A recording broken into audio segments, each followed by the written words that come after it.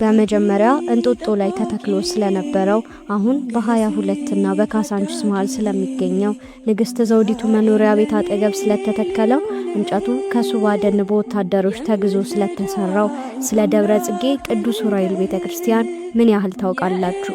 ዛሬ ይህን ታላቅ ቤተክርስቲያን አብረን እንቃኝ። እስከ ፍጻሜው ድረስ ቻናላችንን ሰብስክራይብ እያደረጋችሁ አብራችሁን ቆዩ።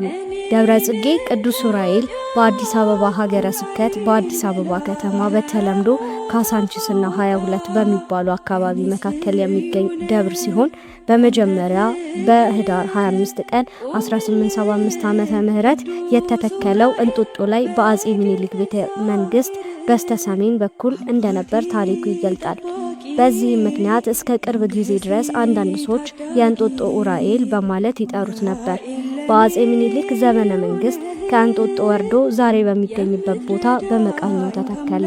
ከእንጦጦ የወረደበትን ዘመን የተለያዩ ሰዎች በተለያዩ ዓመት የሚያስቀምጡት ሲሆን እንደ ፒተር ጋርሴን ያሉት በ1888 ዓመተ ምህረት ነው ሲሉ እነ ማርቲን ኤ ጆንሰን ደግሞ በ1886 ዓመተ ምህረት ነው ባይ ናቸው። ነገር ግን የአካባቢው የአገር ሽማግሌዎች የሚስማሙት በ1885 ዓመተ ምህረት በሚለው ሐሳብ ነው። ቦታው ጤፉ አዱኛ የተባለ ባለ አባት መሬት ነበር። ጤፉ ለአጼ ምኒልክ በእናታቸው በኩል ዘመዳቸው ሲሆን ሌላ ማካካሻ ቦታ ተሰጥቶት ለደብሩ ቦታውን እንዲሰጥ ታሪኩ ያስረዳል። ታቦቱ እንደመጣ ራስ ዳርጌ ህንጻ ቤተክርስቲያኑን እስኪያሰሩ ድረስ በመቃኙ ያረፈው ጤፉ አዱኛ እልፍኝም ነበረ።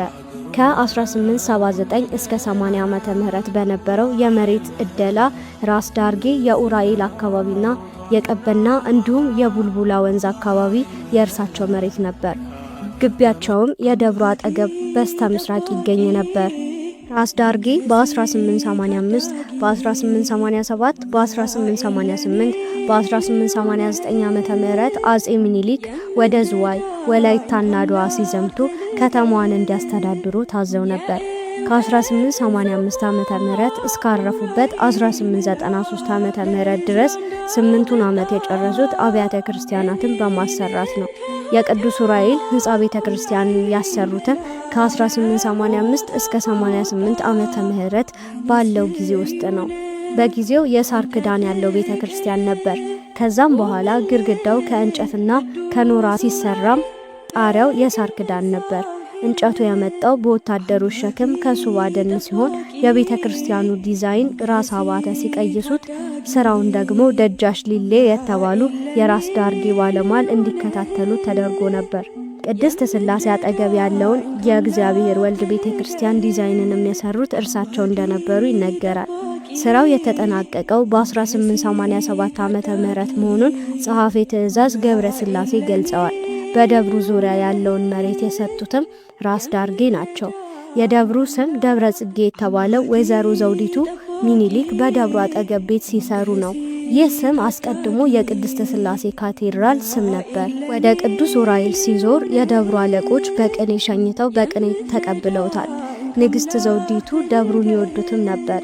እንዲያውም በልጅ ኢያሱ ተግዘው ወደ ፋሌ ሙሉ ወረዳ በሄዱ ጊዜ ለቅዱስ ዑራኤል ተስለው ነበር ይባላል። ንግስት ዘውዲቱ ሲነክሱ በግንብና በቆርቆሮ ለማሰራት በማሰብ የመሰረቱ ድንጋይ በ1912 ዓመተ ምህረት ተጥሎ የህንጻው ስራ ተጠናቀቀ። የንግስት ዘውዲቱ ዘመድ ራስ ሀብተ ማርያም የድንጋዩ ስራ ይከታተሉ ነበር። የባታን ቤተክርስቲያን የሰራው አርክቴክት ኤች ሄርታል የቅዱስ ዑራኤልንም ዲዛይን ሰርቷል።